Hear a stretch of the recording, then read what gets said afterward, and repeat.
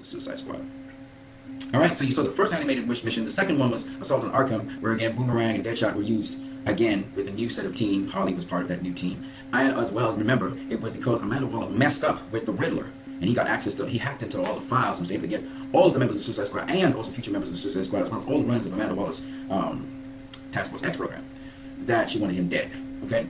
The Riddler's still at large at the end of that movie. It was actually quite messy. So that was their second mission. Okay? So it was a kind of follow-up of Justice League Unlimited's storyline.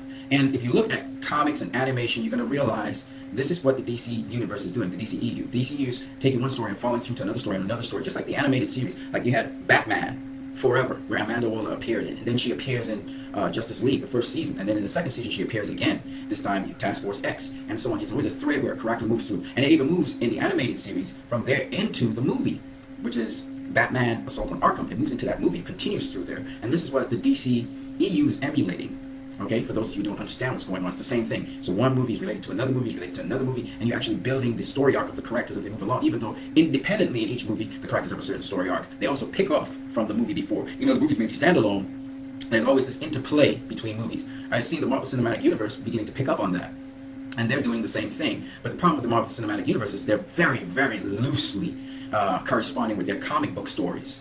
They're not comic book movies. The way how DC's approaching it, from Man of Steel to Batman v Superman, now the Suicide Squad, it's like you're turning the pages of a comic book. It's like an ongoing episode going on. So it's, even though each little story is like an issue of a comic book, like this is the first issue of this series here, right? And then you go to the next issue. Well, the next issue is like, in the DCEU, is like another story. It's a complete story in itself, but it feeds into the first issue. And as you move along in the DCEU, you're going to have to go reference something from way before, like the first issue or the second issue, to understand what's going on in the third issue somewhat. It's going to be a standalone film still, but you get more insight into why a character might be doing something from the first and second issues. That's why I started collecting the DCEU movies. I collected Man of Steel, and I collected Batman v Superman, the Ultimate Cut, and now I'm going to collect Suicide Squad next, because just like with Star Wars or with other comic book movies that are kind of like that, like not Star Trek so much, even though Star Trek kind of does it. You know, you hear about prequel comic book movies, right? Well, this is something like that, in that you can go back and check the reason for something now from an earlier issue.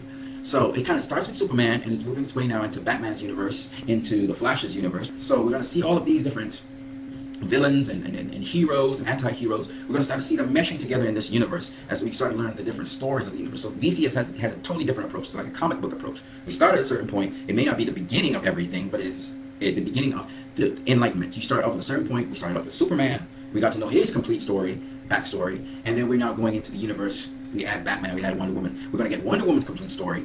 Okay, Superman and Wonder Woman are the two essential blocks of the Trinity, and then the next guy we're going to get somewhere down the road is Batman's story. And so that's how we're going to do it.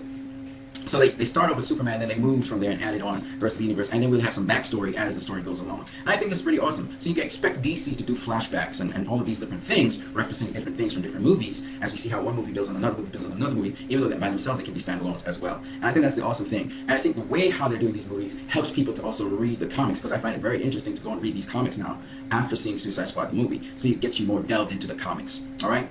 Anyway, on that note, you guys have a great one.